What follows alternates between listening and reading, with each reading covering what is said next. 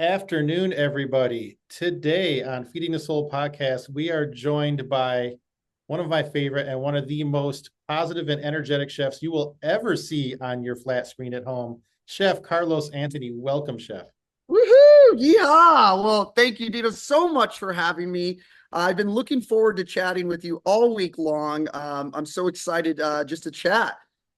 Yeah, I'm looking forward to this. And as we were talking beforehand, like I went out of my way to pull up this digital background of Bend, Oregon right here. But you Beautiful. you have a real background that's actually cool. Like you didn't have to go fake. Well, you know That's what? I impressive. don't have the beautiful Deschutes River, which you see behind you right there. Absolutely gorgeous part of Central Oregon that we're living in. But I am in our newest restaurant location in Bend, which is called the Hawkeye and the Huckleberry Lounge, where you can see I've become a full-fledged cowboy. So it's been a real amazing transition up to the Pacific Northwest for me. Yeah, I've been watching that transformation on Instagram, slowly going from a SoCal San Diego guy. Now there's a hat in every time I post. It's that was an Yeah, interesting transformation. Are you liking it up there? I love it. I still get a lot of the city boy comments, being a California kid. But I have really dived headfirst into Central Oregon and into everything amazing that it has to offer. Both my wife and I have moved up here permanently. We're avid members on the River of Deschutes. We're snowboarding during the season. We're hiking to the beautiful waterfalls. So it's been really amazing, and the community of Bend, Oregon, have been so gracious, so kind, and welcoming to a city boy like me. So for those of us who've never been up there, how big is Bend? Is it a tiny Bend is town or is it's a relatively small community. It's a relatively small community that has continued to grow over the last few years. I couldn't give you a number on population, but it's much smaller than San Diego. oh, I imagine. I Uh, imagine. but CNN has actually recently done a lot of polls and have been really promoting Bend as one of the top 10 places in the country to come visit. Not just for your bachelor and bachelorette parties, your weddings and anniversaries, but just an amazing place to bring your family to enjoy outdoor activities, incredible restaurants, and just some of the most beautiful scenery that you'll ever see. Yeah, as I was saying, now that you're up there, the culinary scene, you got to add that to the list of why to go to Bend. You're darn right. Well, I've been lucky enough to fall into a place, I think, where there's some great food around the Pacific Northwest. I obviously have tried to bring my San Diego SoCal energy up here, but have been really admire what has already taken place here in what we call the high desert. You have incredible farmers, ranchers, and chefs that have really pushed this along. And now I'm honestly coming aboard to kind of to learn and to try to gain as much from this part of the world that I can. That's awesome. So you mentioned this move from SoCal up to Bend, but let's for those who don't necessarily know you or follow you on online or on Food Network, let's back up a little bit. So tell us your story, the truncated version of your story when you first knew you wanted to get into culinary arts through today. Yeah, this is going to be a long podcast. All right, we got a lot to talk about. We'll make it a Let's two-parter. It'll sit. be good. Honestly, my love affair with food started at a very young age. I was raised by my grandparents and my mother, who was single at the time, and they introduced a love of food very, very young. And I think it was more about what it meant to be around the dinner table, to be together and to be taking care of someone and to really celebrate family that I fell in love with. And then my culinary chops developed over the years. I started at a young age cooking in kitchens, and pretty young into my career, around 2010, I met Brian Malarkey. If anybody knows who that is, famed Brian Malarkey of Cutthroat Kitchen and the Food Network, who's been an incredible mentor to me. I've now worked for them for about 17 years and have spent the better part of that time opening restaurants around the country, most notably in Southern California. where we currently have 5 different locations, different concepts, from a Mediterranean restaurant in Urban Wood in Little Italy, San Diego, to a Japanese steakhouse called Anime that has one of the best chefs in all of Southern California, Tara Monsad, to Le Coq in La Jolla, as well as a little cute restaurant called Urban Sea in Encinitas. But I've been lucky enough to be able to work with somebody like Brian Malarkey, who has brought me along, who has mentored me, and then given me the ability to learn from a lot of amazing chefs. And in that time, I've gained a lot of experience, some notoriety on the Food Network, most notably for losing to Jet Tila every year on Tournament of Champions. I was wondering if you're. I wasn't going to bring up that name, but my wife will tell you I've annoyed her every time a season comes on and it's you against Jet. First, I curse. I'm like, oh. And then I start yelling, Carlito. And then I cry. You know what? Every time I see that matchup, I curse as well. But I've been really blessed to be able to have the opportunities that I've had, to work with somebody like Jet Tila, or to work with, Guy Fieri, any of these incredible stars on the Food Network that I grew up admiring and to this day really respect. Has been a dream come true. And that fast forwards you to today in my life, where we've started our newest project in the Pacific Northwest. My great mentor, Brian Malarkey, is actually from a small town in Central Oregon called Tumalo. It's right down the road from here, where he has a beautiful ranch. He's got farmland and tons of cattle. And we built this idea to create a steakhouse in Bend, all focused around the ranch lifestyle, and obviously a little bit of rock and roll. As we can see, yeah. So we opened up an amazing restaurant called Hawkeye and the Huckleberry Lounge, and it has been an absolute dream to come up here. I have moved up here full time. Like I said, I just got married. My wife and I have moved up here, looking into buying a home and really making our roots. Southern California has a very, very big part of my heart, and it always will always be a part of our restaurants, down at Urban Wood and Urban Sea. Very big supporter of the team down there, really keeping it alive and keeping it going forward. But we've really pushed our direction to the Pacific Northwest and growing, our brand, who we are, our food and style up here. Starting off with Bend, where we're just hit our 1 year mark in July. And that blows me away. It feels like you were just starting the post up there. Like it just happened. It's been a year already. They say time flies when you're having fun, So we've been really lucky, and looking into the beginning of next year to start a location in Portland, which will continue on in this tradition of really celebrating the Pacific Northwest and, specifically coastal Oregon, which, I'm just so excited to be up here and feel very blessed to be a part of it. And as you can tell, I am fitting right in. You've embraced it for sure. So, it sounds like you guys are trying to take over the entire West Coast. I mean, you're just going to move up to Seattle and start bouncing your way back down again? Or... if we were lucky enough to do that, that'd be amazing. Oh, man. I'm very happy to kind of grow slowly. Again, each place that we go to, it's a whole community to learn, a whole culture to pick up on. And, we've been lucky in Oregon that people have really took to us. And we'll continue to grow as people allow. But I'm just so thankful to be a part of it. It's so fun. We got to get you out here, Dino. We need you and your wife out here stat. I've got a steak with your name on it and maybe a shot ski. Don't threaten me with a good time, Chef. I'm there. When we get off of here, I'm going to get on maps and check out how long that drive is. Are you kidding me? Yeah, it's not too bad. I can make it. So those who are watching right now, if they've never seen you before, in about 3 minutes, they realize that you are a passionate chef, passionate man about what you do. Anyone who's seen you on TV knows every single competition show you're on, it's all about the energy. It's all about the passion. Well, thank you. But what drives your passion outside of the kitchen? Like, what is something that has nothing to do with culinary scene that you're just this passionate about outside of there? Golly. It's um I'm gonna just pause for a second. I have people coming in. Sure. Uh I can it's just a cut it's a this right out full in editing. it's It's a all good. full yeah, it's a full-fledged restaurant. Let me start You could that. bring him in to say hi. It's all good. So, what really drives my passion outside of work is the community. It's people. I'm, I think, more than anything, a real people person.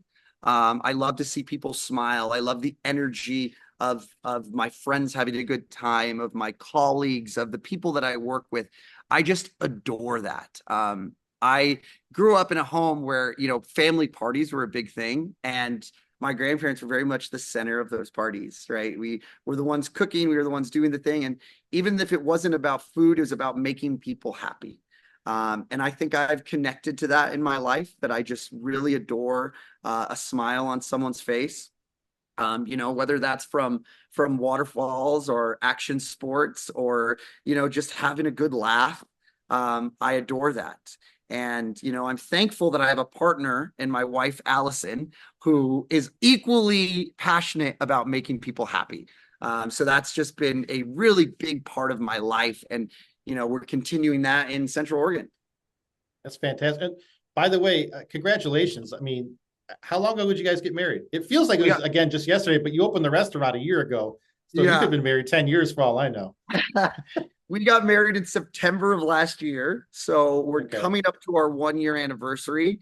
Well, Um, congratulations. Thank you. It's been amazing, and the way that she's just really, to take a cowboy term, jumped on the horse and followed me to this great adventure, and had been so supportive of it. We were both living in Southern California, and to take the ocean and come to the Deschutes River is a big change. And she has been so supportive, and I'm lucky that I have a woman by my side like that, because I need it. I need it. Every lucky man in the world has married above their pay grade. And I think maybe you and I Yes. both did that in that case. Yeah, Yeah. check on that one for sure. So speaking of family, and you mentioned a few of the things that you enjoy doing up there in Bend. Now, you mentioned snowboarding and everything like that earlier. So even though you have the energy of three adult human beings, how do you fit the time to do all those things? Like, how do you balance opening and running a restaurant, actually multiple restaurants that Yeah. you're overseeing, and being a newlywed husband and exploring and moving to a new state? Like, how do you make that balance? Yeah, and trying to compete on Tournament of Champions every year. What am I doing? Wait, I, before you answer, you are coming back to TOC, right? Like, we're hoping, fingers crossed. We're praying for it. I hope I'm so. I'm hoping, going to be there with a T-shirt on in the crowd. If yes, you're there, I promise that'll happen. um, you know what? Time is very difficult. It's a very difficult Yeah. thing for all of us. Whatever career we're in, whatever we're passionate about, spending time and ample time to do something and be successful at it is very difficult. And I really attribute it to my drive. I always had this thing taught to me as a young kid: do you want to be good or do you want to be great? And I have this internal drive to be the best that I possibly can. And, it's something that my mentor, Brian, also has, and has really shined off on me, is just this idea to do everything and anything that I can, to achieve the dreams that I have. And, you know, I don't know how I find the time sometimes. My wife is always asking me if we have more time. But when you love what you do, when you truthfully are about it, I think it becomes a lot easier. I love being in these restaurants and seeing the success of our servers and our cooks, our young chefs, seeing the joy on people's faces, eating our food. So that really is something that gives me the fire to keep on going. And there's no stopping me. I'm still young. I'm a still young buck. I'm gonna keep going, and I've got a lot more to prove, a lot more to learn, and a lot more to grow in this life. Well, you mentioned bringing joy to people through food and cooking. That's what brings you joy yourself. Um, I will tell you from firsthand experience, going into Urban Wood and all the times after it. If you're listening to this right now, folks, get yourself to Urban Wood in San Diego. That place is killer. Great about Urban Wood is that it's nearly been there for 10 years. And Really? yeah, we started in 2016. So we're just getting about to that 10-year marker. And again, it's great restaurants are really more about the people than they are anything else. And if you can get people on your staff that believe in the message, believe in the Yep. food, what you're doing, they will do great things. And though it is a blessing to have celebrity chefs like Brian Malarkey, or quasi celebrity chefs like myself, Now take the quasi off. it is crucial that you have amazing staff. And Urban Wood has probably the best staff in Southern California. So we're very lucky to have them. I wish I could remember the gentleman's name, but I sat at the bar, I was by myself and work, and the bartender made you feel like you were VIP. I'd never been there before, but I was made to feel like I was VIP at that bar. And you're right. People can get great meals at a number of restaurants in any big city. Yeah. But to be made to feel like I need to come back here all the time, that's something that's rare. And Urban Wood definitely has it. And I can't wait to see that when we get up to Bend. Yeah, thank you so much. So, as you know, this podcast is not just about talking to incredible chefs and winemakers, but ones who are giving back to the community, someone who has a cause that's near and dear to their heart. We want to spotlight that. So I got to ask you, what is something that is near and dear to your heart? So, for example, if you could organize a giant fundraiser for one cause or one charity, what would it be and why? Yeah, I mean, this is actually something that means so much to me. I think probably about 6 years ago, being a chef in San Diego, I started to realize how important our impact as chefs are.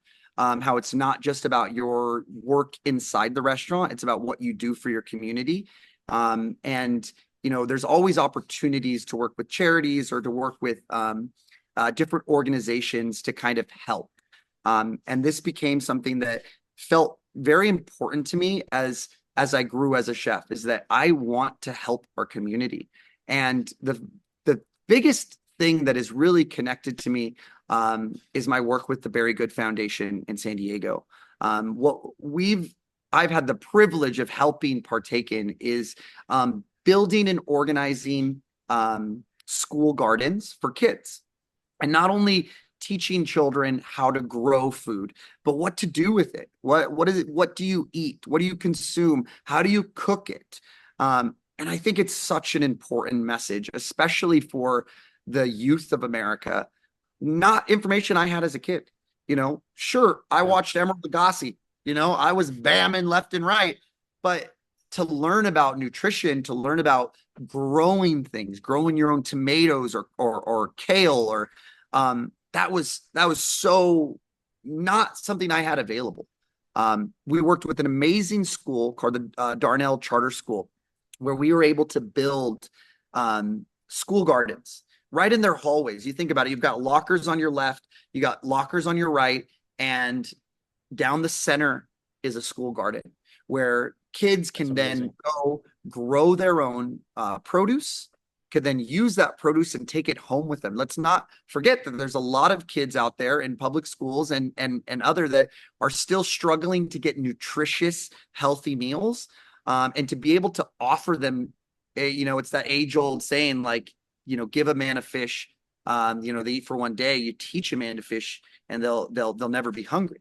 And teaching kids about food at a young age, I think, is so powerful, so powerful. And I really have dedicated a lot of time in Southern California to that cause, and it means the world to me. I've met a lot of young kids who are just as excited and passionate about food as I am, which is so amazing to think about. I've met a lot of kids that are creative, that are young chefs who can barely use a knife. In fact, we tell them not to, and they sit there and they make these great dishes. Obviously, with my background in the Food Network, I love a competition. So, we take the food that they've grown, we put it in front of them, and we make a little competition, a little quick fire. Oh, that's cool. That's cool. What can you cook with this? And it's meant the world to me. It's something that we've done for a few years now.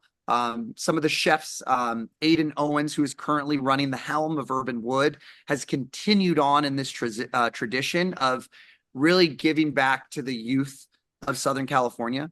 And like I said, I think I'm so passionate about that, about teaching the next generation of chefs or just the next generation of people that love food to have some knowledge about it and to have the respect that I think I do. So tell us the name of the organization one more time. We're going to put it on the screen. Yeah, it's the Barry Good Foundation. Awesome. And so yeah, they're an incredible organization. They work with a lot of different schools and different charter schools and public schools across Southern California, as well as other organizations. They're a nonprofit that I've worked with for years that has been very influential on taking care of the community in Southern California, which is really what I'm all about. Yeah, anything that focuses on supporting children. I mean, you cannot go wrong with supporting an organization like that. So if you're absolutely. listening today or watching, check the link here. Give if you can, share on social media, any kind of, even read up and tell your friends about it. The more, especially with a nonprofit like that, the more we can give them a little support and help, the better. And if you are a school that might look to work with them, check them out. Yes. Yeah. There's been so much amazing things. Thank you for any help that you can get. And even I think, just talking about it means so much, right? Starting the conversation about it. And, my real hope is to do this in Central Oregon and say, hey, how can we spread this message of food and youth and teaching kids, really across the West Coast. And if I could be, a small piece of that, I will feel very valued. Yeah, and I'm sure there's plenty of organizations throughout any of the states on the west side of the country here that you can help, whether it's the one there in Southern California or wherever you happen to be living, folks. I'm telling you, Chef, as a teacher of 20 something years, that hits me right here. That's fantastic. Yeah. Okay, so before we go, it is tradition, even in this fledgling little podcast we have here, to do a quick fire. So are you ready? Want to stretch for this? Okay. Here we go. Just like the ink blot, just blurt out whatever comes to your mind. Okay. Sweet or savory? Savory. Every chef I've asked says the exact same thing. I have yet to see someone say sweet yet. Okay, a little bit more complicated. Last great meal you've had and where? Oh, shoot. This is hard. You know what? I had an incredible meal at a local restaurant in Bend. It's called Zydeco. Kind of Southern food and from Central Oregon. They have a beautiful barbecue shrimp. Went there with my wife on my day off. Zydeco. Here's a shout out, Zydeco. You're great. Check out their website right there in the link. There it is. Barbecue shrimp. Barbecue shrimp. Chef Carlos said to order it. Okay. One kitchen tool you cannot live without. Microplane. I'm a zesty guy. Really? I'm a zesty guy. All right. I love acid. I love citrus. I love bop of flavor. Again, bring it back to Emeril Lagasse. Bam! A little bit of lemon. Bam! Put the zest on there. You got a lime? Bam! Zest it. It's delicious. It's good. I use it for everything. And I feel like it's an underused item. And not just the microplane itself, but the zest of a lemon, which is just really where all the flavor is on your citrus. Okay, you're getting a bonus sixth question. So a follow-up to that. You mentioned lemon. Regular or Meyer lemon? Oof. I'm a California boy too. We got a lot of those beautiful Meyer lemons. I'm going to say natural lemon, but I'm going to give it the caveat of saying I love a preserved lemon. All right. And for those at home that do not know, a preserved lemon, it's basically a lemon cured in salt and sugar. Typically takes about 30 days. And you really just get the outside layer of the lemon. And it is full of flavor, full of effervescence, makes every dish really sing. And it's really something special. I'm a real lemon guy. Some say it's because I'm sour. Okay, so when I come up there and have that steak and a drink with you, the drink is going to be homemade limoncello. You got it. You got it. You Boom, got, boom. I I'll got some bring it work with to me. do. I got some I'll work bring to it. do. I'll bring it. I love it. I love it. It's a deal. Okay. Next question. What is always in your fridge? What is always in my fridge? Holy moly. Uh, you know what? I'm gonna say chili crack. That Asian, the Chinese chili condiment, Okay. crispy chili, garlic, a little bit of umami in there. It's amazing. I put it on everything. I put it with my rice. It's a great condiment that I love, love, love to have. We like it so much. We use it in our Caesar salad where I Oh, put a little bit of it into the topping for it, and golly, is it tasty. that'll wake you But right up. yeah, it's one of those things I think that's just a condiment that adds so much flavor. Where if I can get flavor on the shelf, you bet I'm using it. Last question. We're going to get deep here. Okay. If you could share a bottle of wine with anybody, living or dead, who would it be? Golly. Um, you know, I think some of it was a big part of my culinary journey that I kind of wish was still around. I had the opportunity to um, meet with him for a quick conversation, but not nearly long enough. Was Anthony Bourdain. I thought you were going to say, And what a legend. what a legend. What a guy that really transformed our industry, but also understood what it took to be a chef or a cook in this industry.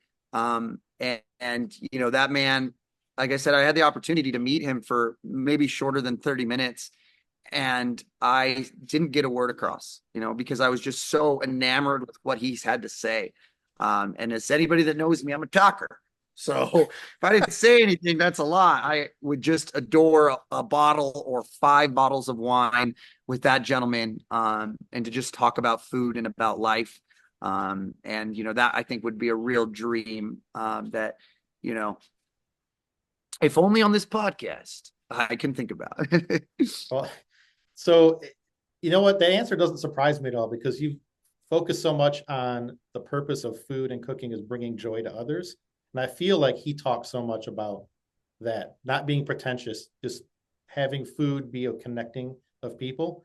I Yeah. think that fits right in. Yeah. Oh, that means the world that you say that, but I definitely feel those heartstrings. Well, Chef, thank you so much for giving up some of your valuable time today. I appreciate it. The best of luck up there in Oregon. I am going to map out what that drive looks like. I Get love that it. tomahawk ready. And Well, thank you so much. And everyone who's watching and listening, please check out the links in the comments here or on the screen and support any way you can. Appreciate you guys so very much, and can't wait to see you again soon.